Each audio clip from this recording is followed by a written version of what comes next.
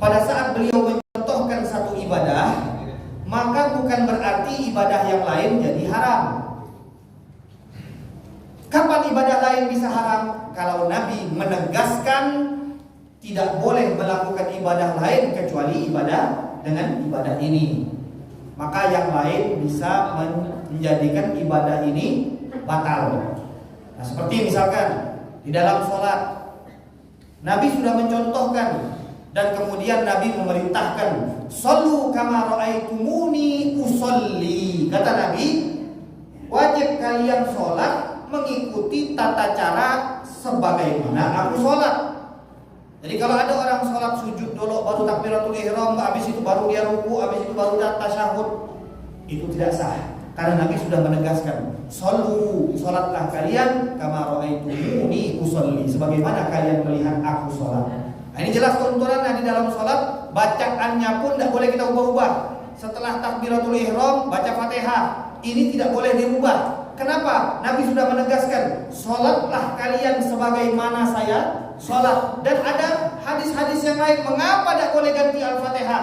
Karena kata Nabi, orang yang tidak baca Fatihah maka tidak sah sholatnya. Jadi ada dalil lengkap pada saat kita tidak boleh mengubah membaca Al-Fatihah. Tapi tidak demikian dengan hal-hal yang lain.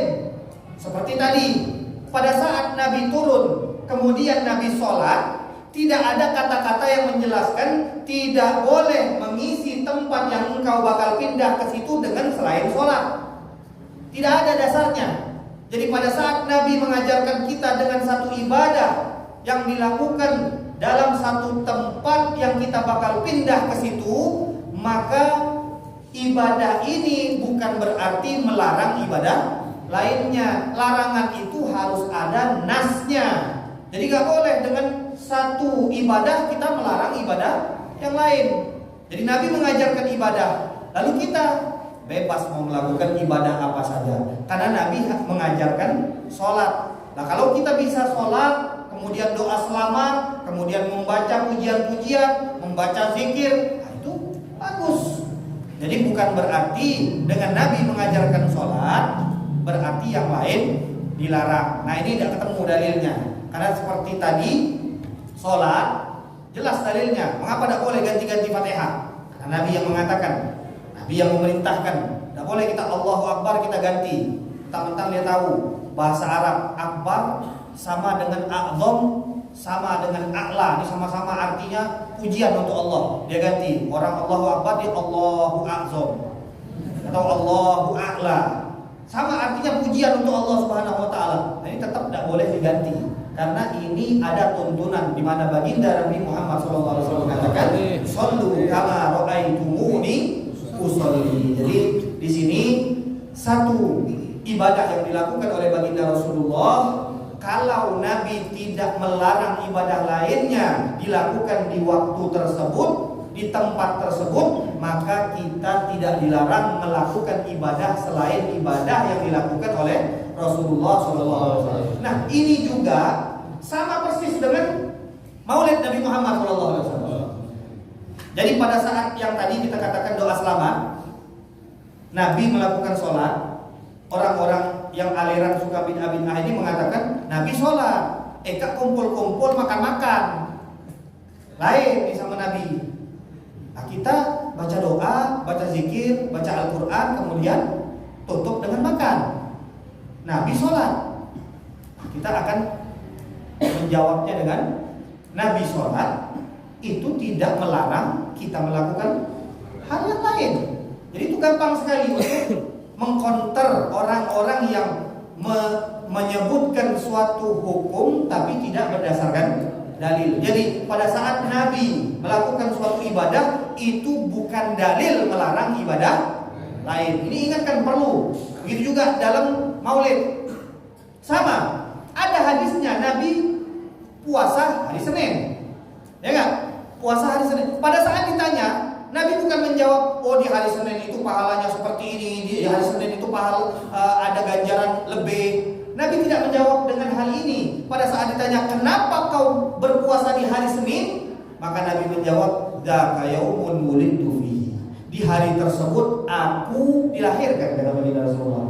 Berarti apa yang bisa kita tarik dari sini kata para ulama? Kata ulama, berarti Nabi berpuasa di hari Senin sebagai bentuk rasa syukur Nabi di hari kelahiran baginda Rasulullah Sallallahu Alaihi Wasallam. Sama seperti ini juga kasusnya. Pada saat kita menyebutkan hadis ini dalil untuk bahagia, bersyukur di hari lahirnya Nabi Muhammad, mereka mengatakan Nabi puasa. Eka kan tidak ada berpuasa. Eka 12 Rabiul Awal malah makan-makan. Akan sama persis. Jadi mereka melarang hal yang tidak dilarang oleh baginda Rasulullah SAW. Nabi mengajarkan di hari-hari istimewa, tunjukkan rasa syukurmu, tunjukkan rasa bahagiamu dengan melakukan suatu ketaatan. Ini yang bisa ditarik dari hadis Nabi berpuasa di hari Senin. Bukan Nabi mewajibkan berpuasa saja di hari Senin. Bukan, gak ada kesimpulan seperti itu. Jadi kita boleh berpuasa, kita boleh sholat, kita boleh berzikir, kita boleh berkumpul dengan menuntut ilmu, membacakan sirah Nabi, karena dalil di mana Nabi menampakkan kebahagiaan, menunjukkan rasa syukurnya kepada Allah Subhanahu wa taala dengan berpuasa tadi sama dengan apa yang kita lakukan. Jadi ini saya kira sangat jelas sekali bahwa di antara perjalanan pertama baginda Rasulullah SAW menuju ke Baitul Maqdis ini, yang pertama kali dilalui oleh baginda Rasulullah SAW adalah melewati kota Madinah Al-Munawwarah yang kelak akan menjadi tempat hijrahnya baginda Rasulullah SAW. Inilah sejam nih, baru siko tempat nih kita bercerita nih.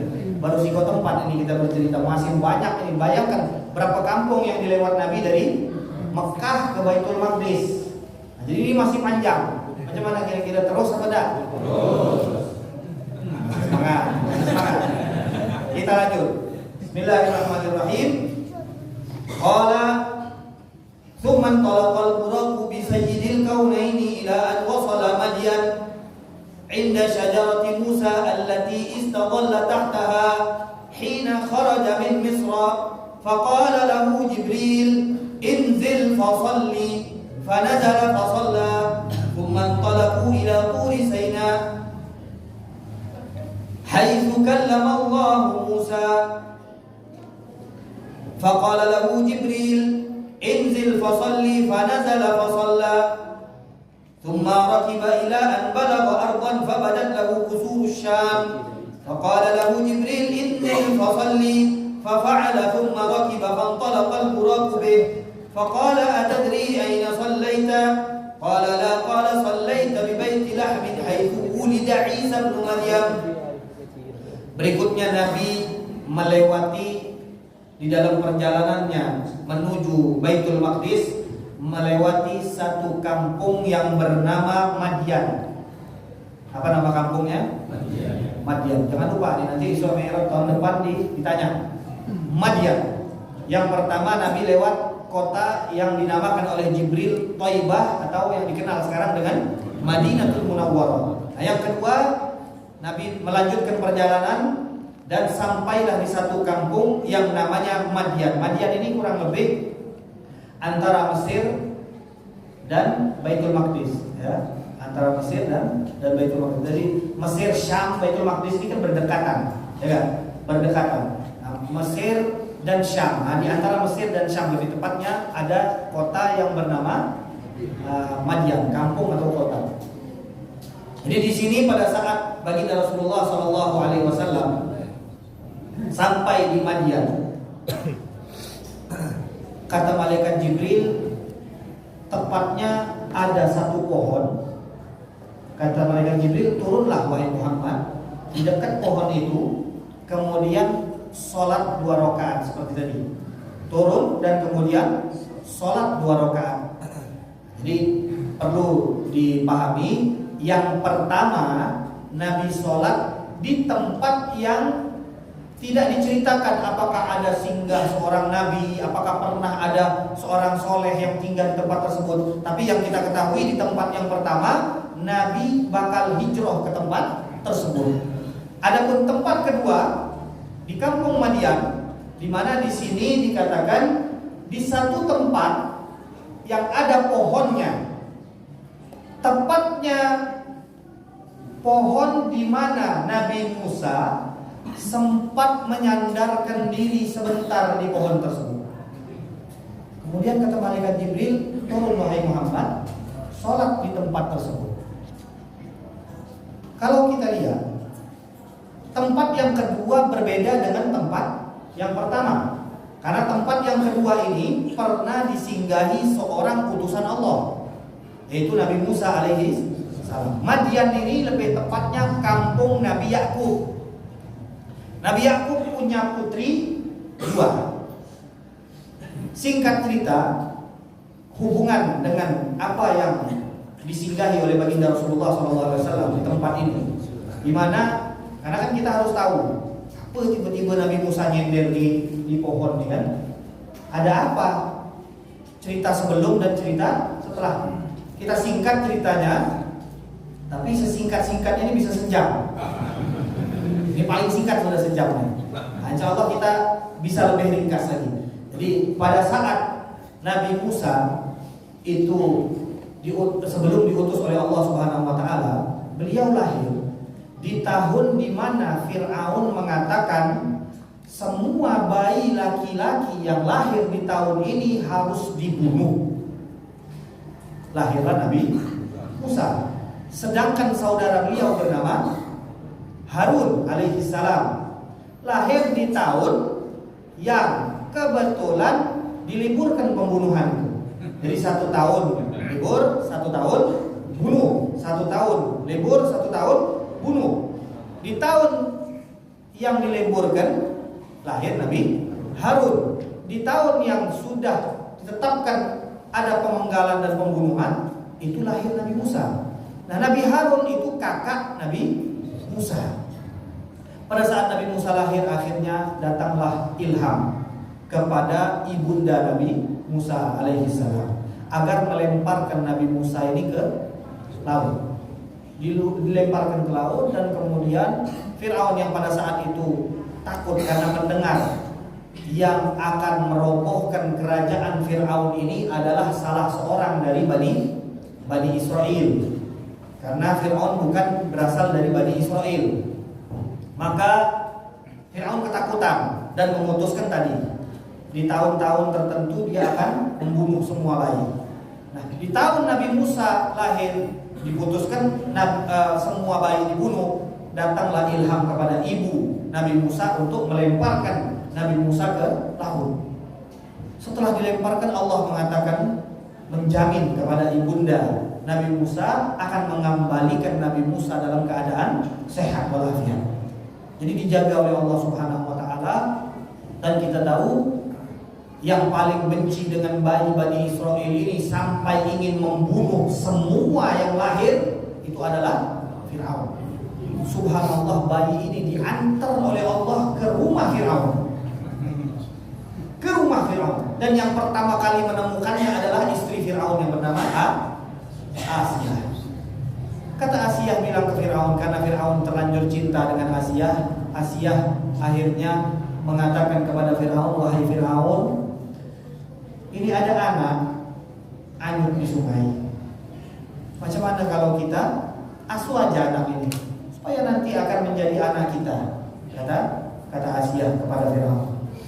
Fir'aun ini tadinya tidak menerima karena dia takut, jangan-jangan nanti anak ini nanti yang termasuk bagian nanti yang merobohkan dan meruntuhkan kerajaanku, kata Fir'aun. Tapi kata dia, semuanya sudah dibunuh, cuma tinggal satu. Gak mungkinlah satu ini yang bakal menjadi orang yang akan meruntuhkan kerajaan. Akhirnya tumbuh besar Nabi Musa di bawah asuhan Fir'aun dan istrinya. Kita lihat, kalau seseorang di bawah penjagaan Allah, perlindungan Allah Subhanahu wa taala, diasuh oleh Fir'aun sekalipun, besarnya dia tetap muslim, besarnya dia tetap punya akhlak, besarnya dia tetap akan menjadi orang yang soleh.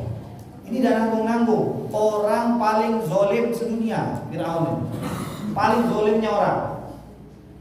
Yang mengasuh Nabi Musa, seorang nabi. Makanya kita tidak boleh meremehkan orang hanya gara-gara ayahnya tidak soleh. Karena belum tentu anaknya satu nasib dengan ayahnya. Tidak boleh meremehkan orang, apalagi orang tersebut Islam. Kita mana tahu apa nanti masa depan yang akan terjadi kepada anak tersebut. Jadi walaupun ayahnya seorang penjahat, preman besar, belum tentu lebih jahat dari Fir'aun, belum lebih kejam daripada Fir'aun. Jadi kita harus selalu mengedepankan berbaik sangka kepada orang muslim. Nah, jadi dari sini akhirnya Nabi Musa dirawat oleh Fir'aun. Dan pada saat Nabi Musa sudah dewasa, Nabi Musa ini berjalan keluar. Dia melihat, ini diceritakan di dalam Al-Quran, di mana Nabi Musa suatu hari pada saat keluar melihat ada dua orang berantem. Dia berkelahi. Nabi Musa ini tahu kalau beliau ini ternyata bukan anak Firaun. Dia aslinya dari Bani Israel. Pada saat ada perkelahian antara prajurit Firaun dan Bani Israel, hatinya lebih condong untuk menolong Bani Israel karena dia orang sana. Jadi pada saat Nabi Musa menghampiri orang tersebut, dia langsung mendorong orang tersebut dengan tangannya.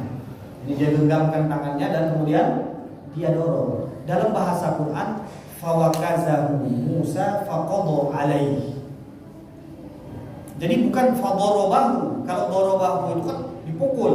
Kalau fawakazahu itu cuma didorong. Tapi kata para ulama, Nabi Musa ini termasuk nabi yang kuat. Baru didorong itu orang mati. Faqadha alaihi, mati orang. Baru didorong, dia belum mukul ini. Dia baru ngedorong, mati orang. Di masa mudanya. Maka akhirnya Nabi Musa pun akhirnya bersembunyi sementara, takut hal ini didengar oleh Fir'aun. Subhanallah, dilaporkan kepada Fir'aun. Dan ada orang-orang yang pada saat itu sudah beriman, menyembunyikan imannya, menyampaikan kepada Musa bahwa engkau sekarang berada dalam kejaran Fir'aun. Dan Nabi Musa pun akhirnya berlari ke satu kampung menuju kampung yang kita bahas ini, yang bernama Madian. Nah, sebelum beliau duduk di pohon, itu ada ceritanya. Panjang lagi ini ceritanya. Ini sudah dekat ini. Gimana, lanjut apa nanti kita ceritakan di Isra Mi'raj selanjutnya? Masih banyak soalnya. Isra Mi'raj ini di Masjid Jami nanti ada, di Surau Tanjung nanti ada. Kita ceritakan di selanjutnya saja ya, karena sudah 9 lewat ini. Jadi sudah satu jam. Jadi mudah-mudahan nanti di pertemuan selanjutnya semua bisa hadir karena ingin mengikuti cerita ini. Jadi kita sambung cerita Nabi Musa ingin berteduh di satu pohon karena masih lumayan panjang ini. Mudah-mudahan apa yang kita baca pada hari ini dan cerita-cerita yang bermanfaat, ilmu-ilmu yang bermanfaat yang kita baca pada hari ini dapat kita amalkan dan kita praktekkan di dalam kehidupan kita sehari-hari, dan semakin kuat hubungan kita dengan baginda Rasulullah, semakin kuat iman kita kepada Allah dan Rasulullah sallallahu alaihi wasallam. Dan mudah-mudahan dengan berkat perkumpulan peringatan Isra dan Mi'raj ini, Allah Subhanahu wa taala mengabulkan semua hajat-hajat kita, mengangkat semua musibah, bencana, malapetaka, bala dan wabak. Mudah-mudahan Allah Subhanahu wa taala menjadikan kita orang-orang yang bertambah hidayahnya, bertambah taufiknya, bertambah ilmunya, bertambah ketakwaannya, bertambah kebaikannya, tidak bertambah umur kecuali bertambah baik kita, tidak bertambah umur kecuali bertambah ibadah kita, bertambah ketaatan kita kepada Allah Subhanahu wa taala. Mudah-mudahan niat-niat kita disampaikan oleh Allah Subhanahu wa taala. Penyakit-penyakit kita diangkat dan disembuhkan oleh Allah Subhanahu wa taala. Juga orang-orang yang tadinya hadir di dalam majelis-majelis kita, di dalam perkumpulan-perkumpulan kita yang sekarang sudah tidak bisa lagi hadir, mudah-mudahan Allah sampaikan pahala-pahala yang kita dapatkan kepada mereka. Dan tidak lupa agar Allah Subhanahu wa taala menyampaikan dan mengalirkan pahala yang kita dapatkan kepada kedua orang tua kita, kepada orang-orang yang sudah mendahului kita. Amin ya rabbal alamin. Wassallallahu ala sayyidina wa maulana Muhammadin wa ala alihi washabbihi wasallam. Walhamdulillahi rabbil alamin. Hakada minni wa afikum. Wassalamu alaikum warahmatullahi wabarakatuh. Waalaikumsalam.